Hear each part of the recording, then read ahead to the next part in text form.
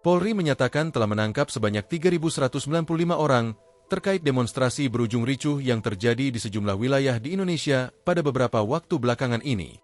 Demonstrasi adalah bentuk penyampaian pendapat di muka umum yang dilakukan oleh individu atau kelompok sebagai ekspresi ketidakpuasan, protes, atau tuntutan terhadap kebijakan, keputusan, atau kondisi sosial tertentu.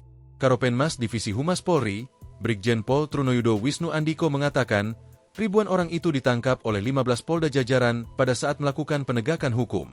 3.195 orang yang diamankan di 15 Polda di wilayah Indonesia, kata Trunoyudo dalam keterangannya, Senin, 1 September 2025. Selain itu, Trunoyudo juga menuturkan bahwa dari ribuan orang tersebut, 55 diantaranya kini telah ditetapkan sebagai tersangka.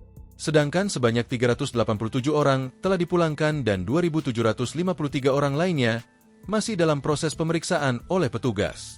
Sementara itu berdasarkan data yang tribunnews.com terima, dari 15 Polda yang melakukan penangkapan, Polda Metro Jaya jadi institusi yang paling banyak menangkap para demonstran yang terlibat kericuhan yakni sejumlah 1.240 orang.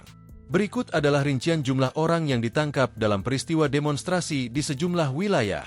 1. Polda Metro Jaya, 1.240 orang. 2. Polda Jatim, 709 orang.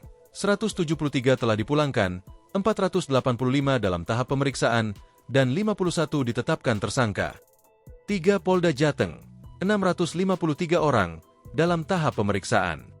4. Polda Jabar, 147 orang, 23 telah dipulangkan, 124 dalam tahap pemeriksaan. 5. Polda Bali, 138 orang, 38 telah dipulangkan, 100 dalam tahap pemeriksaan. 6. Polda Kalbar, 91 orang, 86 telah dipulangkan, 5 dalam tahap pemeriksaan. 7. Polda Sumsel, 63 orang, dalam tahap pemeriksaan. 8. Polda DIY, 60 orang, dalam tahap pemeriksaan. 9. Polda Sumut, 50 orang, 48 telah dipulangkan, 2 dalam tahap pemeriksaan karena positif narkoba. 10. Polda Jambi, 17 orang, telah dipulangkan. 11. Polda Banten, 15 orang, dalam tahap pemeriksaan. 12. Polda Sulbar, 6 orang, dalam tahap pemeriksaan. 13. Polda Papua Barat Daya, 4 orang, ditetapkan tersangka. 14. Polda Sulteng, 1 orang, telah dipulangkan. 15. Polda NTB, 1 orang, telah dipulangkan. Adapun sebelumnya, aksi unjuk rasa ini dipicu oleh insiden tragis yang terjadi pada Kamis, 28 Agustus 2025, di kawasan Jalan Penjernihan, Jakarta Pusat. Seorang pengemudi ojek daring bernama Afan Kurniawan dilaporkan tewas setelah terlindas kendaraan taktis, rantis, milik Satuan Brimob. Peristiwa tersebut terekam dalam sebuah video amatir yang kemudian tersebar luas di media sosial.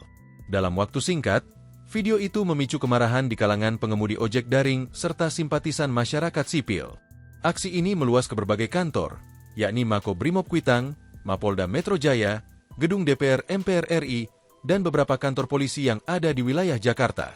Terkini, Divisi Profesi dan Pengamanan Kepolisian Negara Republik, Divpropam Polri, menetapkan 7 anggota Brimob melanggar kode etik dan ditahan pada sel khusus selama 20 hari.